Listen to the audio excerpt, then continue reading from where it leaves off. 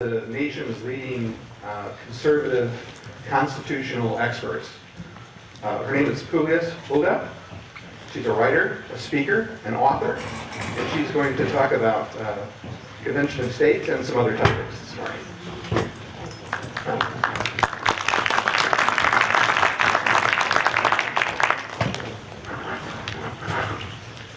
The prospect of an Article 5 convention should make us tremble for the same reason it made James Madison, father of our Constitution, tremble.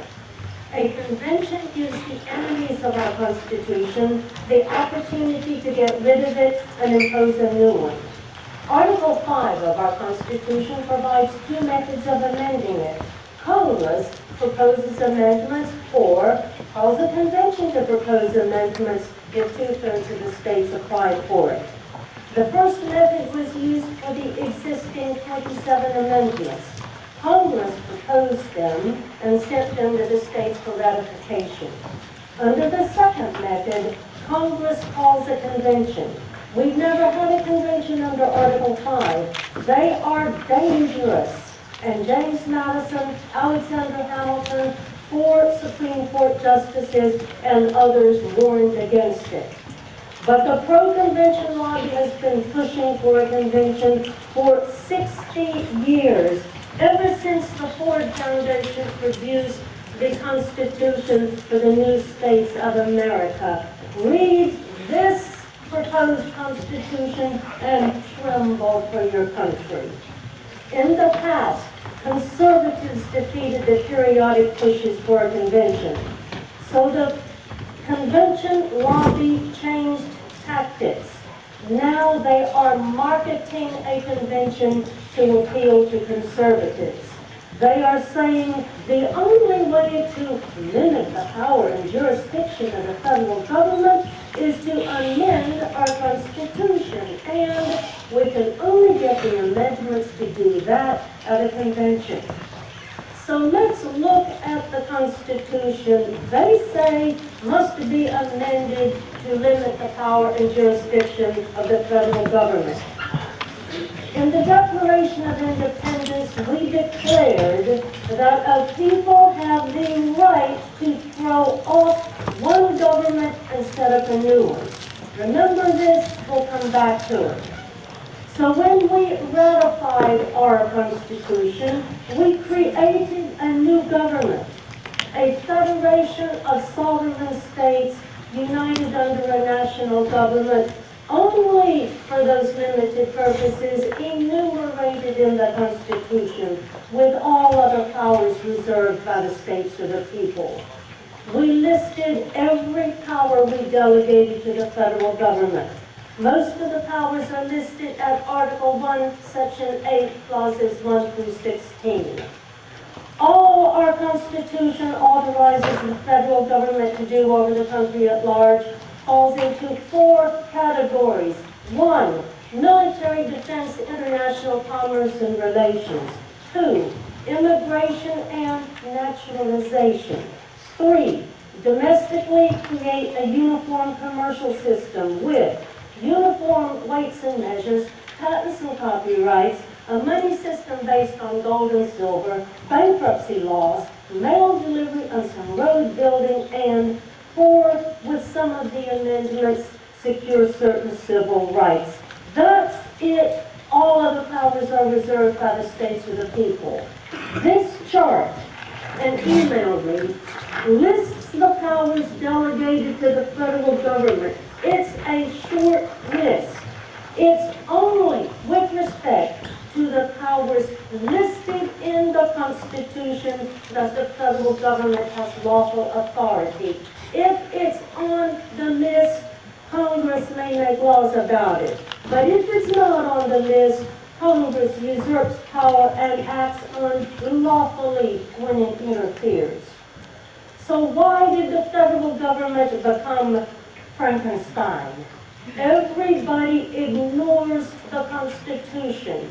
Ignorance, along with the collapse of religion, morality, and personal responsibility, brought us to the brink of destruction.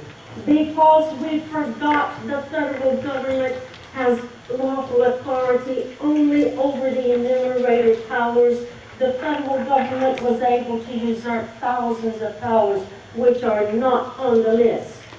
State governments collaborated with the usurpations by taking federal funds to implement unconstitutional federal programs. To claim these problems can be fixed by amending our Constitution is like saying a wicked nation can be fixed by amending the Ten Commandments. But the Convention of States Project, COSP, says the problem is our Constitution, and we have to amend our Constitution to make the federal government obey it. They say amendments will limit the power and jurisdiction of the federal government, but our Constitution already limits the power and jurisdiction of the federal government to those few and defined powers listed in the Constitution. So the claim that we can control those who ignore the Constitution by amending the Constitution is absurd. Mark Levin and Michael Ferris are aggressive promoters of the COSP. They say they want amendments to limit the power and jurisdiction of the federal government. So let's look at their proposed amendments. Michael Ferris's Parental Rights Amendment delegates power over children to the federal government. Section 3 says, quote, "Neither the United States nor any state shall infringe these rights without demonstrating that its governmental interest as applied to the person, the child, is of the highest order and not otherwise served," end quote. Mark Levin's Liberty Amendments also do the opposite of what he says. His amendment to limit the federal bureaucracy legalizes what are now unconstitutional federal agencies: education, energy, agriculture, environmental protection, etc., etc., etc. Our Constitution doesn't authorize those agencies. They are not on the list. But Levin's amendment would legalize all such agencies for as long as Congress reauthorizes them. Article 1, Section 1 of our Constitution says only Congress may make laws. But since Woodrow Wilson, federal agencies have been writing rules, the Code of Federal Regulations. All these rules are unconstitutional as outside the scope of powers delegated and as in violation of Article 1, Section 1. But Levin's amendment to limit the federal bureaucracy legalizes these rules for as long as Congress approves them. Levin's amendment to limit federal spending is also phony. Our Constitution limits federal spending to the enumerated powers. If you go through the Constitution and highlight all the powers delegated to Congress and the President, you will get a complete list of the objects on which Congress is authorized to spend money. That's how our Constitution limits spending. But everyone ignores it. Levin's amendment would substitute a budget for the enumerated powers and thus legalizes the current practice where Congress spends money on whatever is put into the budget. And while his amendment pretends to limit the amount of spending, the limit is fictitious because it can be waived whenever Congress votes to waive it. During September 2016, with great fanfare and hoopla, COSP held a simulated convention at Williamsburg, Virginia, to make us believe that at a convention called by Congress under Article 5, the delegates would not run away and write a new Constitution, but would come up with wise amendments which would limit the power and jurisdiction of the federal government. And they came up with 6 proposed amendments, 1 for term limits. Here are the others. 1 would make Congress's existing practice of spending on whatever they want constitutional for as long as Congress continues to approve increases in the debt. Another would delegate to the federal government dictatorial new powers over individual citizens, such as I witnessed in communist East Europe and the Soviet Union. It delegates to the federal government power over the movement or transportation of persons across state lines. That would provide constitutional authority for the federal government to do such things as require prior approval to cross state lines, require in-house passports, as in the Soviet Union, establish checkpoints at state borders, and ban the use of privately owned vehicles to cross state lines. Yet those fools at the simulated convention voted for such an amendment.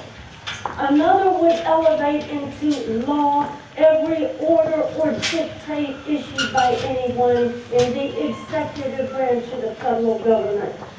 Another would authorize Congress to impose a national sales tax and a national value-added tax. And one would, like Mark Levin, legalize the regulatory administrative law state. The delegates to this simulated convention were primarily Republican state legislators handpicked by COSP, and they showed they are constitutionally illiterate, didn't understand what they were doing, and were steered by persons of insidious views who were present at the simulated convention. Michigan's delegates were Senate Speaker Pro Tem Lee Canfield, Kurt O'Keefe, and the Honorable Ken Bradstreet, and they voted for all 6 amendments. I wrote a paper on this COS project simulated convention. Dalton Clooney showed what they did there. So, would any of these amendments limit the power and jurisdiction of the federal government? No, they do the opposite. They delegate new powers or legalize powers already usurped. It is impossible to rein in the federal government by amendments because amendments can't take away powers which weren't delegated in the first place. And when the feds violate the Constitution, they're ignoring the existing limitations on their powers. So the claim that we can get amendments to rein in the power and jurisdiction of the federal government is a huge con game. COSP says we must amend the Constitution because people in Washington don't understand it. Rubbish. Our Constitution is so simple. Alexander Hamilton said, the people are the natural guardians of the Constitution. Hamilton expected us to be enlightened enough to distinguish between a legal exercise and an illegal usurpation of authority. If it's on the list, the feds may do it. But if it's not on the list, they can't lawfully do it. For clauses the Supreme Court perverted, interstate commerce, general welfare, and necessary and proper clauses. We don't need a convention to draft amendments showing what those clauses mean. Just look it up in the Federalist Papers, but I've already done it on 1 page. Email me. COSP's whole case is based on a fabricated George Mason quote. They claim Mason said the Article 5 Convention was given to state legislatures as the remedy when the federal government violates its constitutional limitations, and that the states would need to make adjustments to the constitutional text in order to rein in the abuse of power by the federal government. Mason never said that, nor did any other framer say such a silly thing. James Madison kept a journal at the Federal Convention of 1787. I went through it and pulled out every reference to what became Article 5. I wrote it up, it's on my website. This is what really happened. Under the Articles of Confederation, our first Constitution, amendments had to be approved by the Continental Congress and all of the states. A dispute at the Federal Convention of 1787 was whether Congress, under the second Constitution being drafted, this one, should have any power over amendments. Mason wanted a method of getting amendments which didn't involve Congress. He said, if only Congress can propose amendments, the people won't get the amendments they want if Congress doesn't agree. So the convention method was added so delegates could propose amendments. Mason did not say that when the federal government violates the Constitution, the remedy is to amend the Constitution. Mason wasn't a silly man, and Mason and the others had just spent 4 months drafting a Constitution which delegates only a handful of powers to the federal government. So when the federal government usurps powers not delegated, they're ignoring the existing limitations on their powers. George Mason agreed that the purpose of amendments is to remedy defects in the Constitution. Madison's journal shows that on June the 11th, 1787, Mason said, "The Constitution now being formed will certainly be defective, as the Articles of Confederation have been found to be. Amendments, therefore, will be necessary, and it will be better to provide for them in an easy, regular, and constitutional way. It would be improper to require the consent of the national legislature because they may abuse their power and refuse their consent to the amendment. Our problem isn't a defective Constitution. Our problem is ignoring the Constitution we have." COSP claims Congress and the delegates have no power over the convention. State legislatures will run the whole show. They say state legislatures will appoint delegates. Each state gets 1 vote. It's a convention of states, and state legislatures can restrict delegates to considering only specific amendments. None of that is in Article 5. COSP made it up. What Article 5 says is that Congress calls the convention. A call is the official summons for the convention to take place. And Article 1, Section 8, last clause, delegates to Congress the power to make the laws necessary and proper to carry out its power to call the convention. The only power the states have is to ask Congress to call the convention. Once 2/3 of the states have applied, it's out of the states' hands.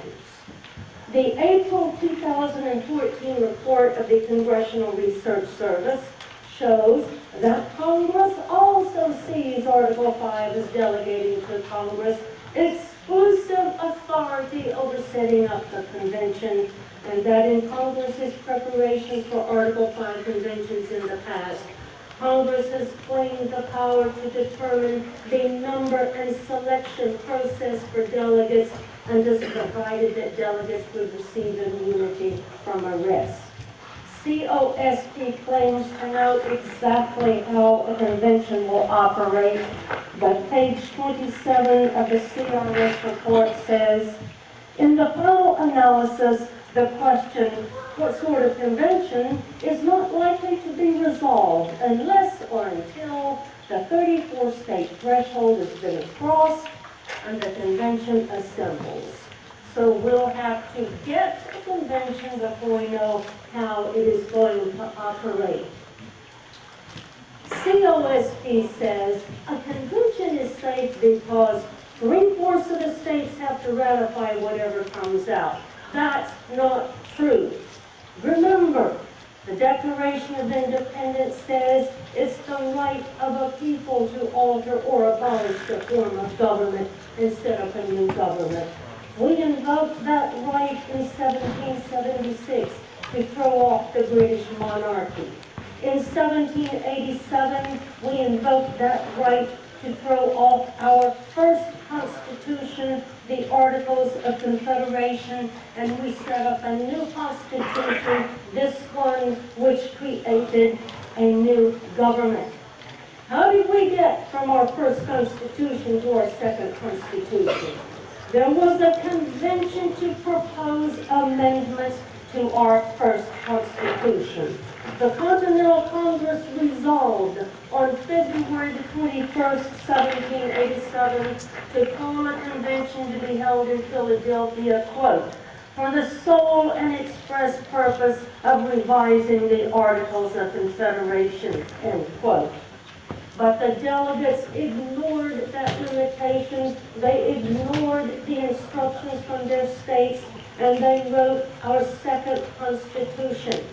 And in Federalist Paper number 40, 15th paragraph, James Madison specifically invoked the precious right of a people to throw off one government and set up a new one as justification for what they did at the Federal Amendments Convention of 1787.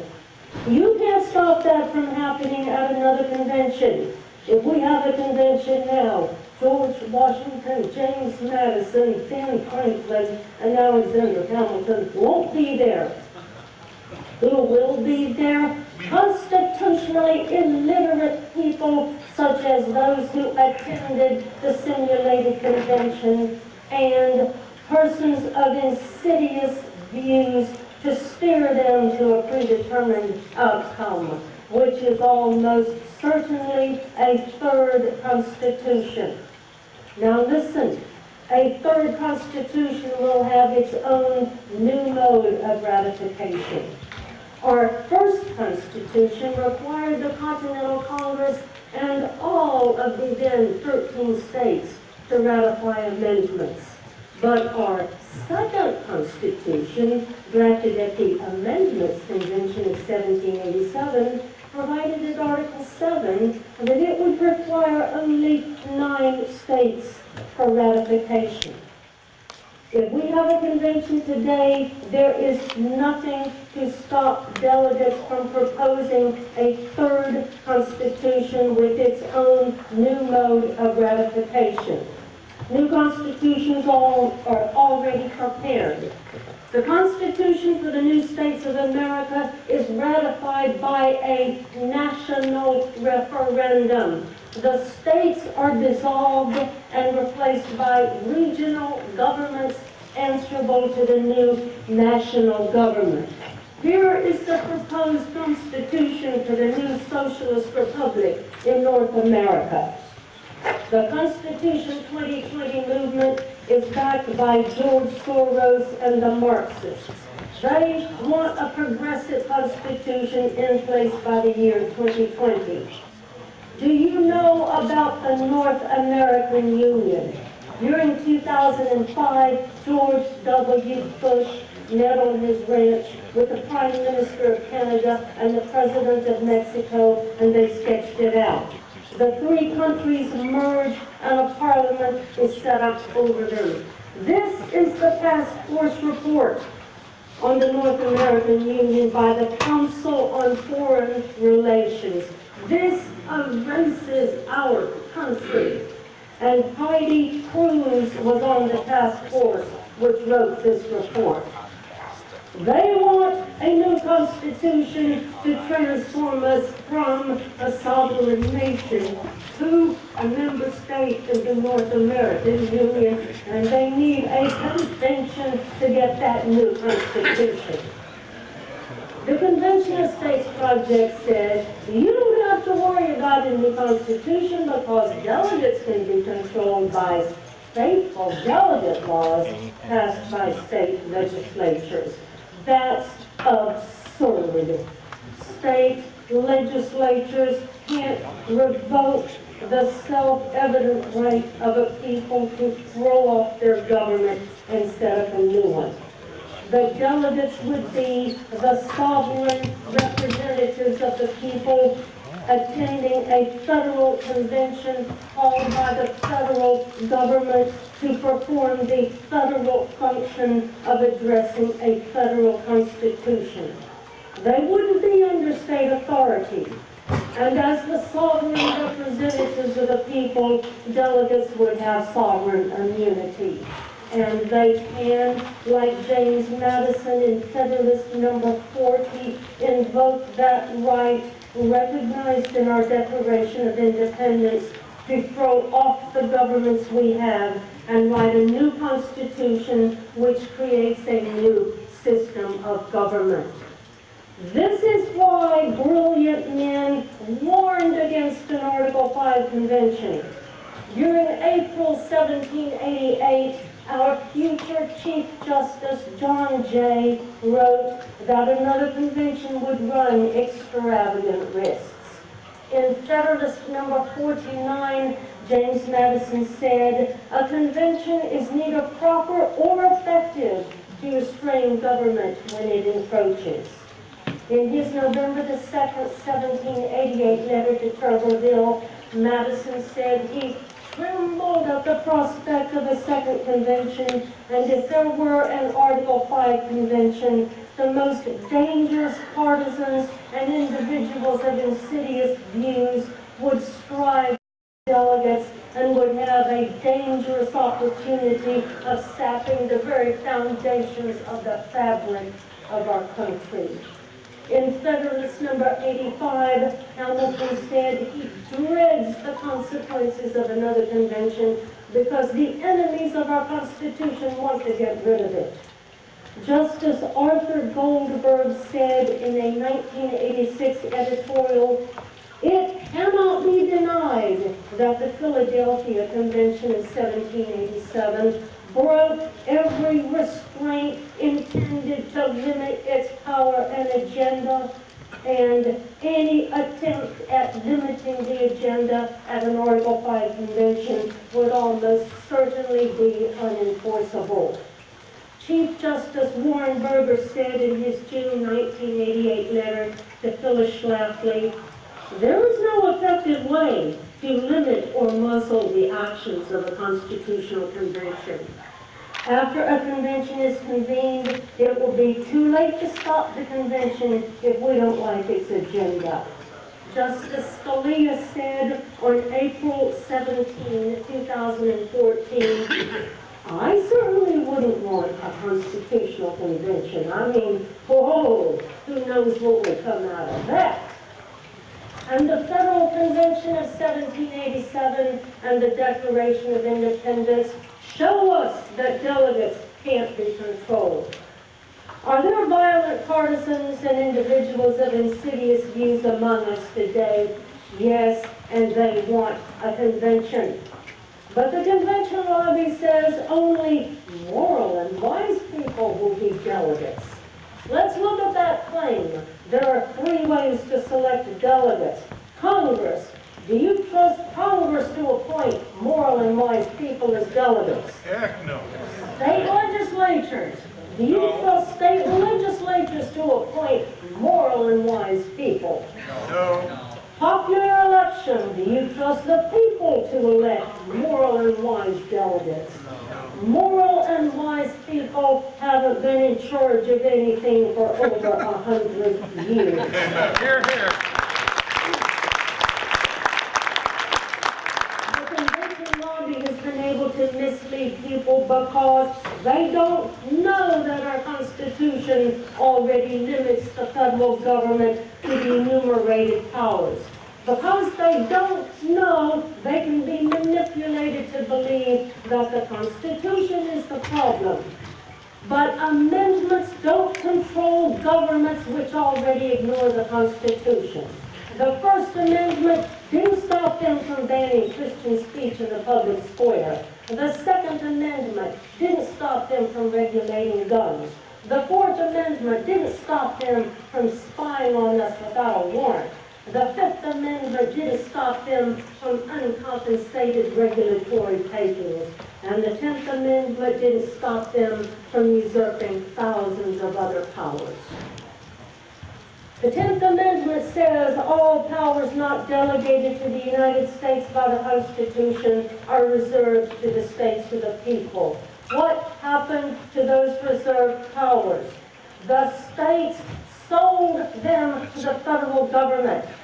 The Pew Report says that for fiscal year 2015, 31.9% of the state's average revenue was from federal funds.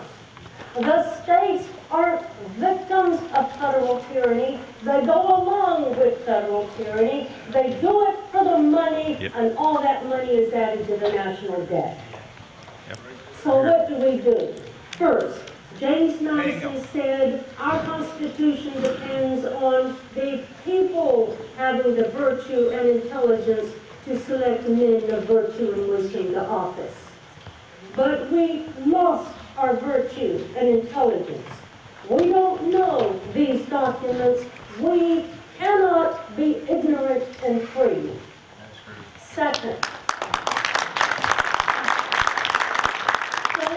go along with the lawlessness. The Declaration of Independence says colonial legislatures opposed the king's invasions on the rights of the people. Today, state legislatures must oppose violations of our Constitution.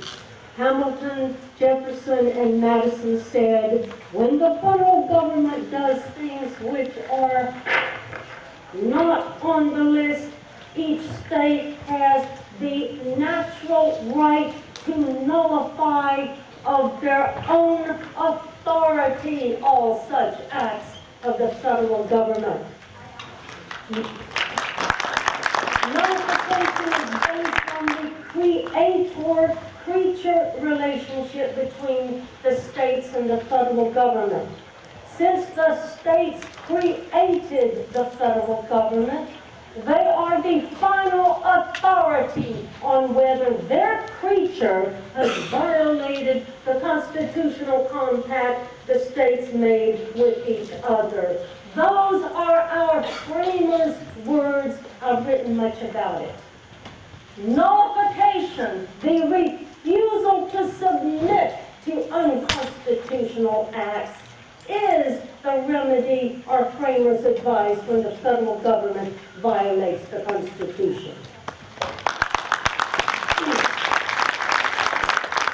So what's the push for a convention really about? We know our Constitution already limits the federal government to the enumerated powers. We know everyone has ignored our Constitution for 100 years. We know COSP's proposed amendments increase the powers of the federal government. We know that amendments can't control governments which ignore the Constitution. We know that delegates to a convention can't be controlled. We know that if there is a convention, a new constitution can be imposed. We know that new constitutions are already prepared. The establishment elite wants to move us into the North American Union.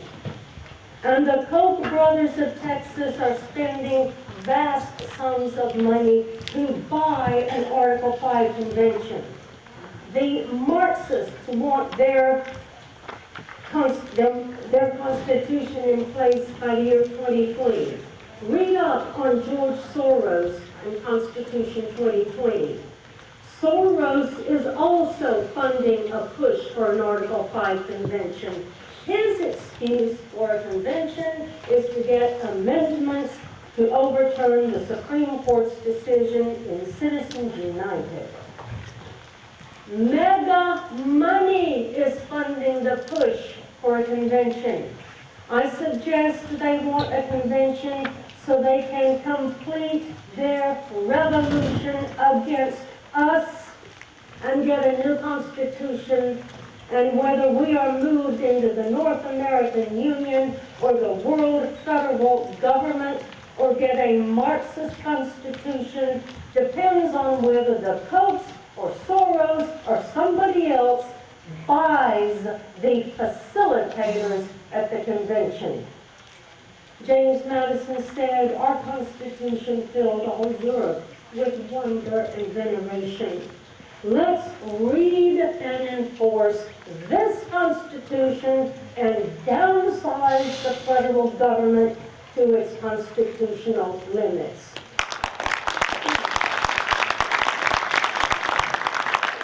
Thank you, and email me for the exhibits. I have original source documents to back up everything. Thanks.